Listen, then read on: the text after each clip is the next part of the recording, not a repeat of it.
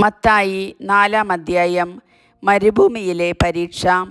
അനന്തരം പിശാചിനാൽ പരീക്ഷിക്കപ്പെടുന്നതിന് യേശുവിനെ ആത്മാവ് മരുഭൂമിയിലേക്ക് നയിച്ചു. യേശു 40 ദിനരാത്രങ്ങൾ ഉപവസിച്ചു. അപ്പോൾ അവന് വിശന്നു. പ്രലോഭകൻ അവനെ സമീപിച്ച് പറഞ്ഞു, നീ ദൈവപുത്രനാണെങ്കിൽ ഈ കല്ലുകൾ അപ്പമാകാൻ പറയുക. അവൻ പ്രതിവചിച്ചു, മനുഷ്യൻ അപ്പം കൊണ്ട് മാത്രമല്ല, ദൈവത്തിൻ്റെ നാവിൽ നിന്ന് പുറപ്പെടുന്ന ഓരോ വാക്കുകൊണ്ടുമാണ് ജീവിക്കുന്നത് എന്ന് എഴുതപ്പെട്ടിരിക്കുന്നു. അനന്തരം പിശാച് അവനെ വിശുദ്ധ നഗരത്തിലേക്ക് കൂട്ടിക്കൊണ്ടുപോയി ദേവാലയത്തിൻ്റെ അഗ്രത്തിൽ കയറ്റി നിർത്തിയിട്ട് പറഞ്ഞു, നീ ദൈവപുത്രനാണെങ്കിൽ താഴേക്കു ചാടുക. നിന്നെക്കുറിച്ച് അവൻ തൻ്റെ ദൂതന്മാർക്ക് കൽപ്പന നൽകും. നിന്റെ പാദം കല്ലിൽ തട്ടാതിരിക്കാൻ അവർ നിന്നെ കൈകളിൽ താങ്ങിക്കൊള്ളും എന്ന് എഴുതപ്പെട്ടിരിക്കുന്നു. യേശു പറഞ്ഞു, നിന്റെ ദൈവമായ കർത്താവിനെ പരീക്ഷിക്കരുത് എന്നുകൂടി എഴുതപ്പെട്ടിരിക്കുന്നു. വീണ്ടും പിശാച് വളരെ ഉയർന്ന ഒരു മലയിലേക്ക് അവനെ കൂട്ടിക്കൊണ്ടുപോയി.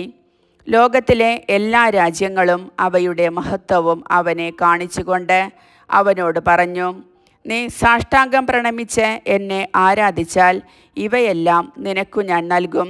യേശു കൽപ്പിച്ചു, സാത്താനെ ദൂരെ പോവുക. എന്തെന്നാൽ നിന്റെ ദൈവമായ കർത്താവിനെ ആരാധിക്കണം, അവിടത്തെ മാത്രമേ പൂജിക്കാവൂ എന്ന് എഴുതപ്പെട്ടിരിക്കുന്നു. അപ്പോൾ പിശാച് അവനെ വിട്ടുപോയി. ദൈവദൂതന്മാർ അടുത്തുവന്ന് അവനെ ശുശ്രൂഷിച്ചു. യേശു ദൗത്യം ആരംഭിക്കുന്നു. യോഹന്നാൻ ബന്ധനസ്ഥനായെന്ന് കേട്ടപ്പോൾ യേശു ഗലീലിയിലേക്ക് പിൻവാങ്ങി. അവൻ നസറത്തു വിട്ട് സെബുലൂണിൻ്റെയും നഫ്താലിയുടെയും അതിർത്തിയിൽ സമുദ്രതീരത്തുള്ള കഫർനാമിൽ ചെന്നു പാർത്തു.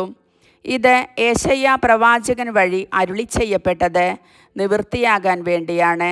സമുദ്രത്തിലേക്കുള്ള വഴിയിൽ ജോർദാൻ്റെ മറുകരയിൽ സെബുലൂൺ നഫ്താലി പ്രദേശങ്ങൾ, വിജാതിയരുടെ ഗലീലി.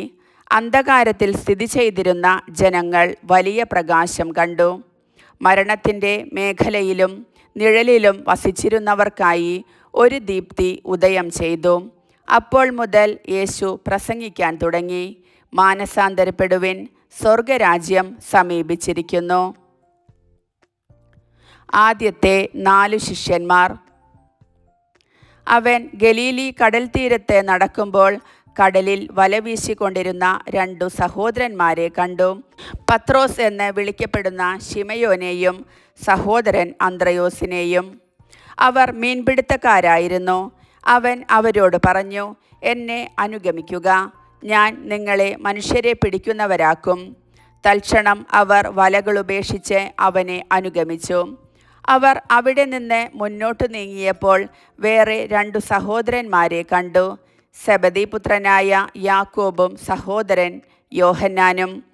അവർ പിതാവുമൊത്ത് വഞ്ചിയിലിരുന്ന് വല നന്നാക്കുകയായിരുന്നു. അവരെയും അവൻ വിളിച്ചു. തൽക്ഷണം അവർ വഞ്ചി ഉപേക്ഷിച്ച് പിതാവിനെയും വിട്ട് അവനെ അനുഗമിച്ചു. യേശു രോഗികളെ സുഖപ്പെടുത്തുന്നു. അവൻ അവരുടെ സിനഗോഗുകളിൽ പഠിപ്പിച്ചും രാജ്യത്തിൻ്റെ സുവിശേഷം പ്രസംഗിച്ചും ജനങ്ങളുടെ എല്ലാ രോഗങ്ങളും വ്യാധികളും സുഖപ്പെടുത്തിയും ഗലീലി മുഴുവൻ ചുറ്റി സഞ്ചരിച്ചു. അവൻ്റെ കീർത്തി സിറിയായിലെങ്ങും വ്യാപിച്ചു. എല്ലാ രോഗികളെയും, വിവിധ വ്യാധികളാലും വ്യതകളാലും അവശരായവരെയും, പിശാചുബാധിതർ, അപസ്മാര രോഗികൾ, തളർവാദക്കാർ എന്നിവരെയും അവർ അവൻ്റെ അടുത്തു കൊണ്ടുവന്നു. അവൻ അവരെ സുഖപ്പെടുത്തി.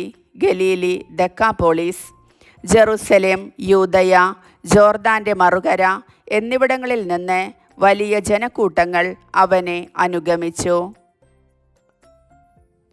കർത്താവിൻ്റെ വചനം.